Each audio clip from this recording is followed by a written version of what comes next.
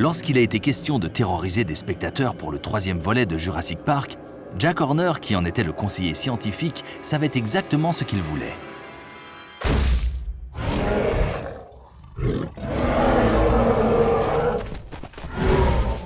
J'ai pensé que le tyrannosaure avait suffisamment fait la une des journaux et qu'il fallait s'en débarrasser. Donc j'ai demandé à Steven d'intégrer un spinosaure au scénario de Jurassic Park 3. Le spinosaure est, semble-t-il, le plus grand des dinosaures carnivores. Il pouvait mesurer jusqu'à 18 mètres de long, ce qui est considérablement plus qu'un tyrannosaure qui faisait dans les 12 mètres de long. Ce qui en fait un dinosaure assez intéressant. Intéressant aussi d'un point de vue cinématographique. Une nouvelle star, plus grand qu'un tyrannosaure, avec une tête qui rappelle celle d'un crocodile, râblé, et sur le dos, cette crête d'épines aussi grande qu'un homme. Ces épines, qui pouvaient faire 2 mètres, sont des extensions des vertèbres du spinosaure et ont été l'objet de vives controverses. Certains scientifiques ont émis l'hypothèse qu'elles étaient plantées dans une énorme bosse tout en muscles, source de la force de cet impressionnant dinosaure.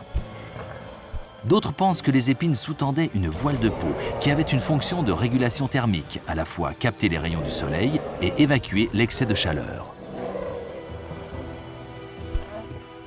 Une chose est sûre, ces épines devaient jouer un rôle important, parce qu'elles devaient aussi être terriblement encombrantes. Je crois qu'elle devait les gêner, vraiment. Elle les rendait moins agiles, plus lourds, et devait prendre le vent dès qu'il soufflait fort. Cette voilure ne présente pas beaucoup d'avantages, mis à part d'être un avertissement. Tu vois, cette voile d'1,50 m, elle est à moi, sache-le. Je suis en pleine forme et plus gros que toi. Je vais où je veux et je suis partout chez moi. Il n'y a pas de limite à mon territoire. Mieux vaut être partenaire. La plupart des scientifiques admettent cette idée, mais sur le mode de vie du spinosaure, les théories divergent. Certains pensent qu'il habitait dans l'eau et qu'il y passait le plus clair de son temps. Pourquoi? Parce que la tête de cet animal ressemble énormément à celle d'un crocodile.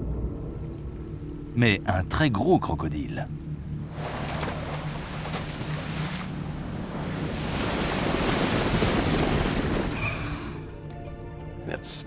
Son museau est fait pour manger du poisson. Il semble donc très vraisemblable que c'était un animal aquatique. La seule chose qu'on voyait, ce qui dépassait de l'eau, c'était ce gros aileron sur son dos. Donc l'essentiel de cette parade se déroulait probablement lorsqu'ils étaient dans l'eau. À partir de là, l'énigme du spinosaure se complique pour de bon.